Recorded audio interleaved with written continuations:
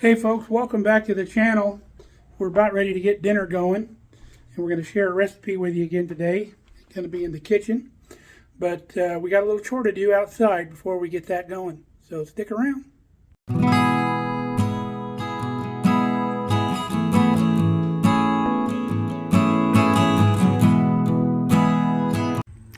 What's up, Brandy? Laying in the shade. The first thing we got to do, Old Glory's getting pretty old.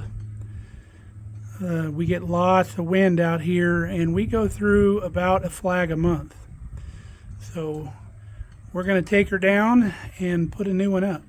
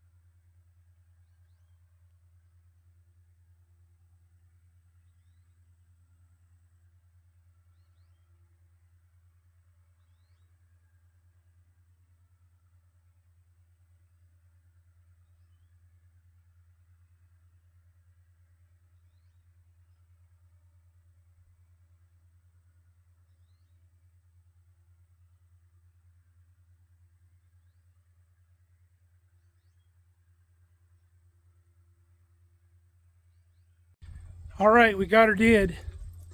Looks much better. And I know we're supposed to, if we're going to run it full time, we got to have a light on the pole and all that, but we don't have any electricity out there. And the pole doesn't come down like the one that I built at my last house, to where I can put one of those solar lights up top. But I might be able to get one that like clamps on the pole that shines up there. So we're going to look for one of those.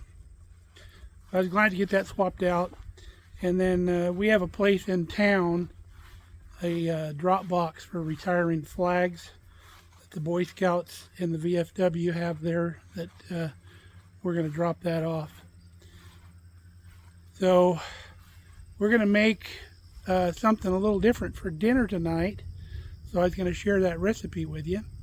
It's got kind of a German spin on it. And I don't know if it's a German dish, but it's got a lot of German-like ingredients in it. So we'll show you what we're going to make for dinner. Should be good. So what we're going to make is a potato, sauerkraut, and sausage casserole, or a bake, as they call it around here in Nebraska. They call anything in a casserole dish a bake. So my cousin's wife made this one time for a potluck we were having for a family get-together, and we really enjoyed it. So I tracked down a recipe online, and we're going to give it a shot. First thing we got to do is we got to get out some potatoes, clean them up, and put them on the boil, because we're going to make like a mashed potato for this dish. So we'll get that going. So we got about 2.5 pounds of red potatoes, and we just quartered them, covered them with water. We're going to get the fire going here. And we're going to boil these potatoes till they're mashing consistency. You want the potatoes almost to where they're almost falling apart before you mash them, and that makes for the best mashed potatoes. I normally use Yukon Gold potatoes, but the store was out, so we just got the red potatoes, and I think those will do fine. Now we're going to put a lid on this thing, and it's not going to be your normal, average, everyday lid. If you don't have one of those, you should get one. If you've ever boiled potatoes, you know they boil over very easily. This little contraption here does not allow them to boil over. It boils up through these little flaps, recondenses, and goes back down into the pot, so you don't make a big mess on your stove. This one's made by Pampered Chef. So if you're looking for one of those, look up your friendly neighborhood Pampered Chef person and buy one of these. They're awesome. So while those are boiling, we're going to chop up a whole onion, dice it up, and then we'll get our other ingredients out here and get them ready. Now while we're waiting for those potatoes to boil so we can mash them, I wanted to give you a little update on my health situation. Those of you that have been sending your thoughts and prayers, I really appreciate that. Thank you very much. I appreciate all of my viewers out there. We got some fantastic people subscribed to this channel. So, went to the doctor again yesterday because I was still having issues, and they did a whole battery of tests, and they ruled out a lot of the major stuff that I was worried about.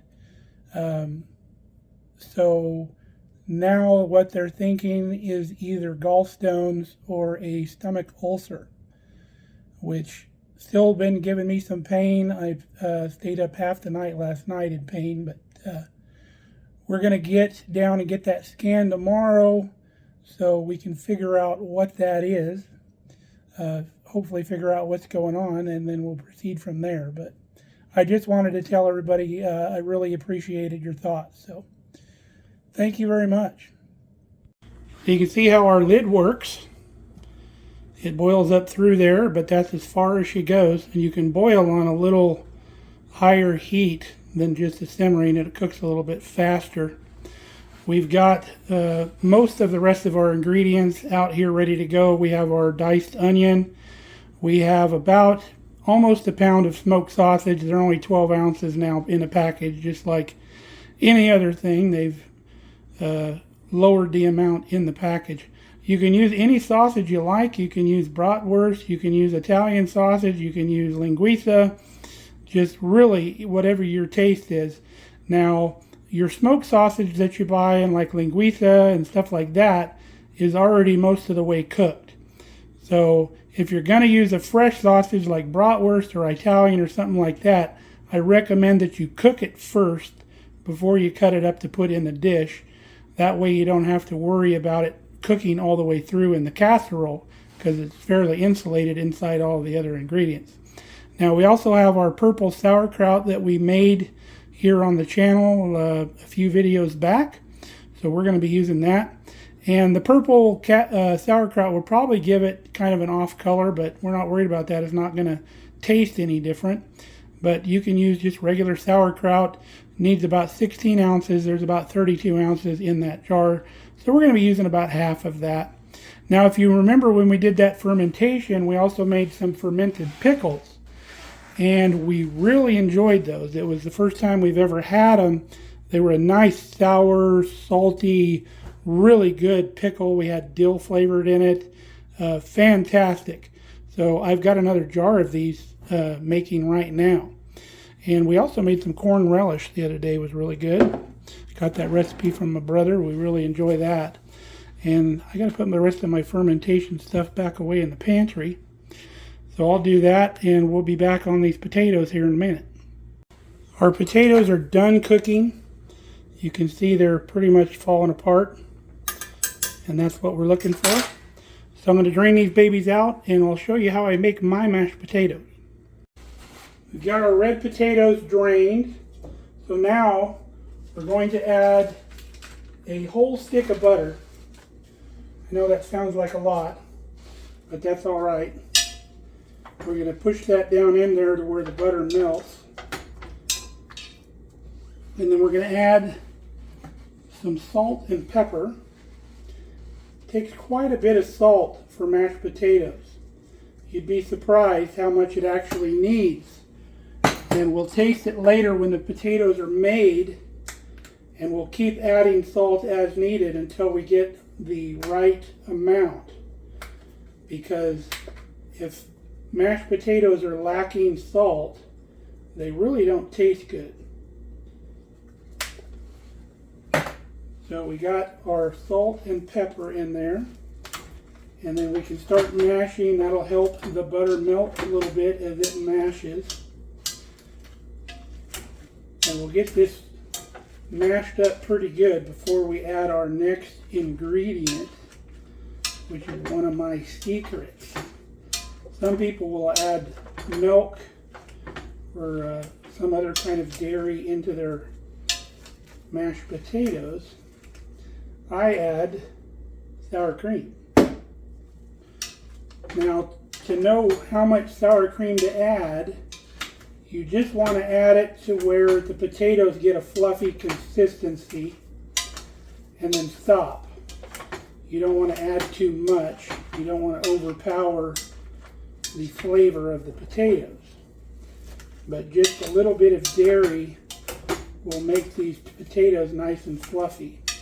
Now when I'm making garlic mashed potatoes, I'll put some minced garlic in here, probably about 3 to 4 cloves minced, and then you'll have garlic mashed potatoes. And I always leave the skin on my potatoes because that makes them a little more rustic looking. And plus all your vitamins and minerals are pretty much in the skin of those potatoes. So they're fairly well mashed. If we were to leave them like this, they'd be a little lumpy. So we're going to put some sour cream in the mix.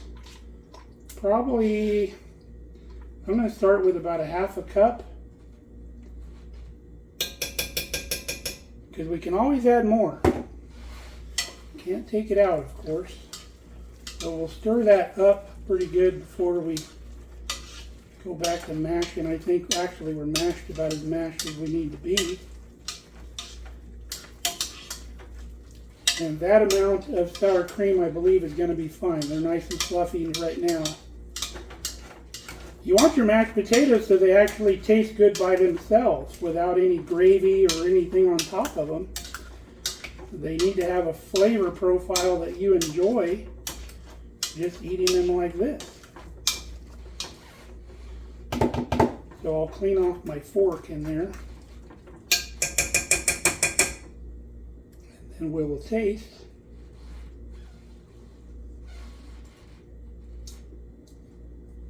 Pretty good. We need just a little bit more salt.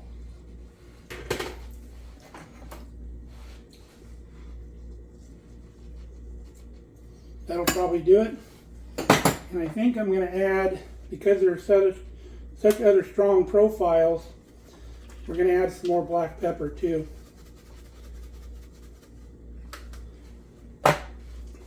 Now, if you've never made mashed potatoes like this, you need to try it.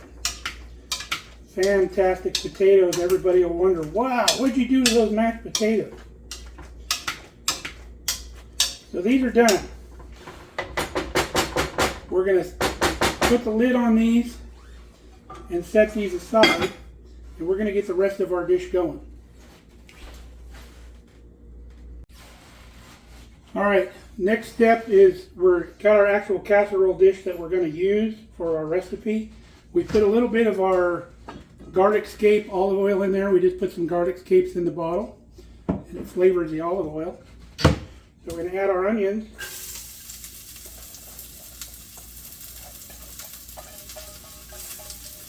We don't want to brown our onions, we just want to sweat them a little bit, get some flavor out of them.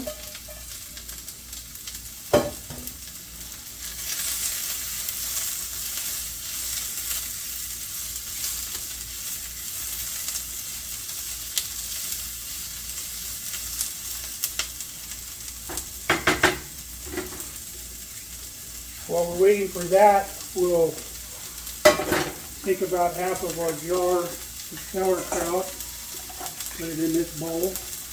We got it all measured out.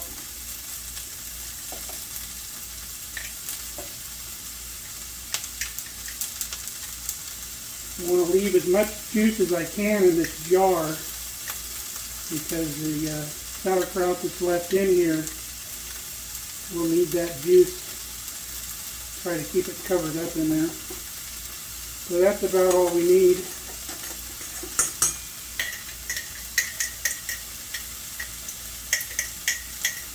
The rest in the jar still got plenty of juice in there that you can see.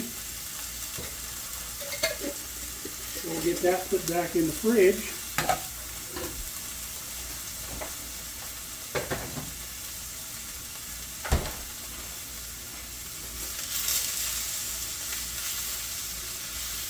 So this is going to be kind of a layered dish,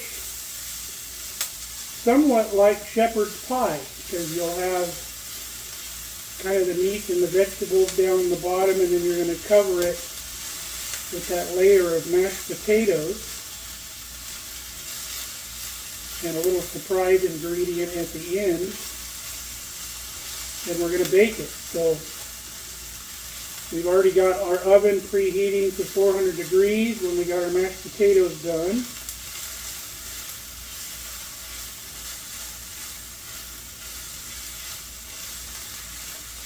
I'm going to continue to sweat these things out, and we'll come back when we're ready to add the sauerkraut in.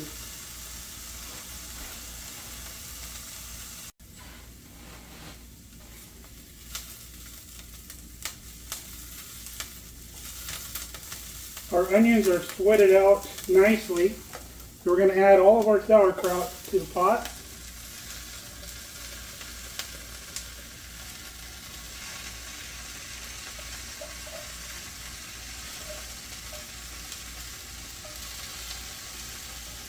Now all we want to do with this sauerkraut is basically just heat it up. That's all we're doing. So that won't take long at all.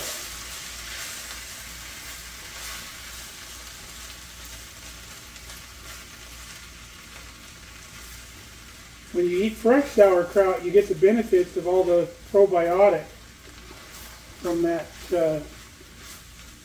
acid that after it ferments in the jar. But when you cook it, you lose some of that. You're still going to have the vitamins and the nutrients and all that, but you're going to lose your probiotic effect once you put the heat to it. Kills all that beneficial bacteria that's good for your gut. But we eat a lot of it fresh, so. And those fermented pickles, you got the same advantage with those. Any vegetable really you can ferment like that.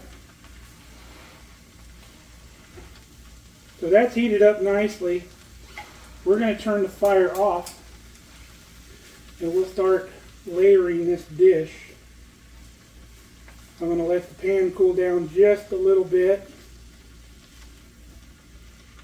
Now, if you don't have a casserole dish that is stovetop compatible, you can cook this in a skillet and just transfer it to your casserole. This is actually out of our slow cooker. We have two different size pots. This is the small one, and there's a taller one that goes with our Pampered Chef Rock Crock slow cooker.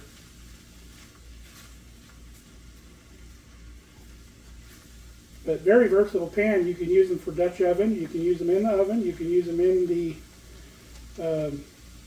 the slow cooker base itself.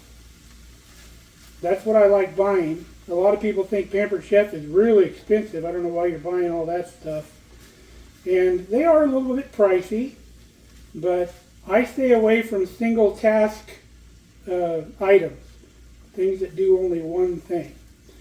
And I only buy multitask stuff that I can use for different stuff. So I think that's cooled down enough to where I can go ahead and layer our sausage in without our sauerkraut burning on the bottom.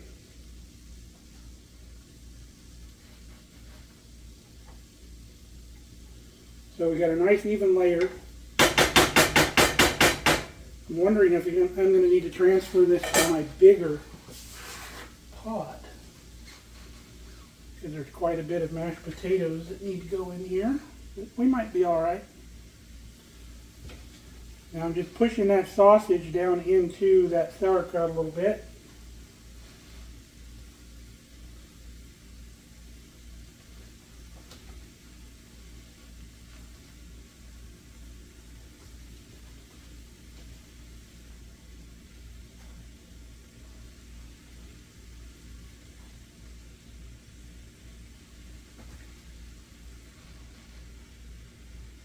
All the juice from this sausage is going to go down into that sauerkraut as it cooks.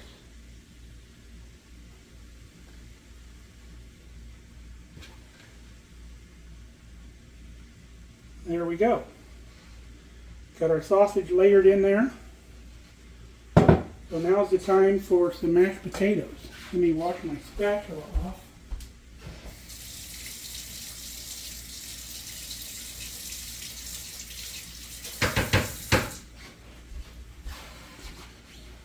Alright, so we're going to scoop our mashed potatoes on top of our mix. I wish you could taste these mashed potatoes. They're just fantastic. Give that recipe a try. Now we don't want to leave a lot of air pockets down in there, so we want to make sure you mash that all down into the corners down in there real good.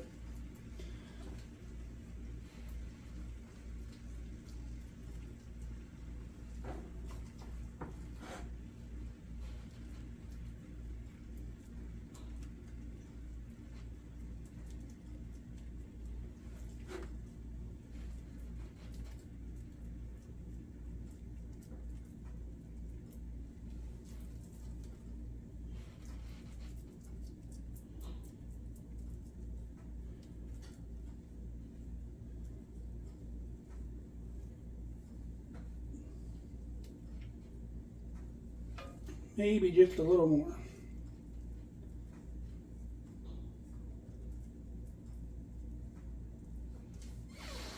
Alright, I think that's going to do it. So we're going to put this in our oven, preheated 400 degrees, for 25 to 30 minutes. And then we'll come back and show you what the next step is.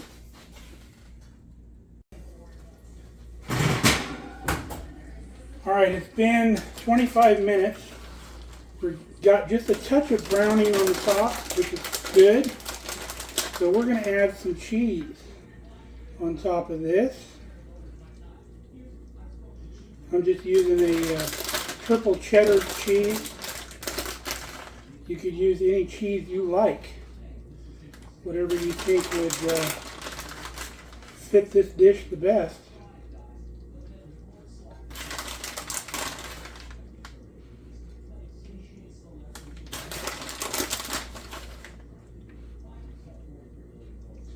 That's probably plenty. So we're going to put this back in the oven for probably another 5 minutes or so till that's good and melted. And we'll come back and show you. Look at that. Fantastic. So she's all done. Smells fantastic. We're going to add some fresh chives to the top of this. And then we will be done. Now I'm going to let this cool down to where it's just maybe above lukewarm, because that's the best consistency to eat it. You don't want to eat it piping hot.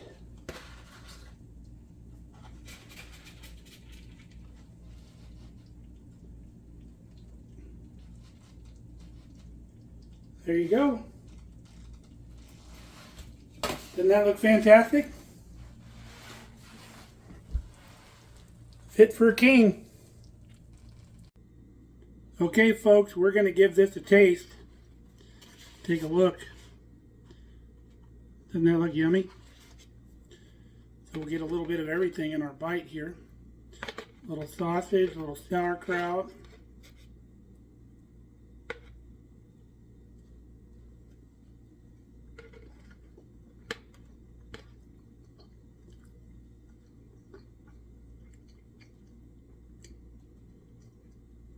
That's really good.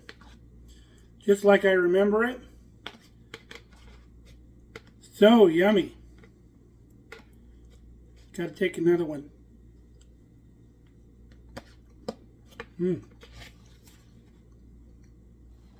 Really, really good.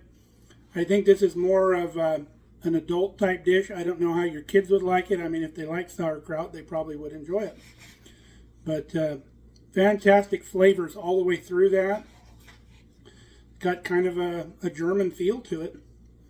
So, hope you enjoyed this recipe, folks. Give it a try. I think you'll really enjoy it. It's going to be a regular here in our kitchen for sure. So until next time, stay safe, stay healthy. We love you guys. Come back and see us real soon. Make sure you like and subscribe because that helps us get to more people. And we're actually coming up, we're going to try making some sushi here on the homestead. So make sure you come back for that. Love you guys. Bye.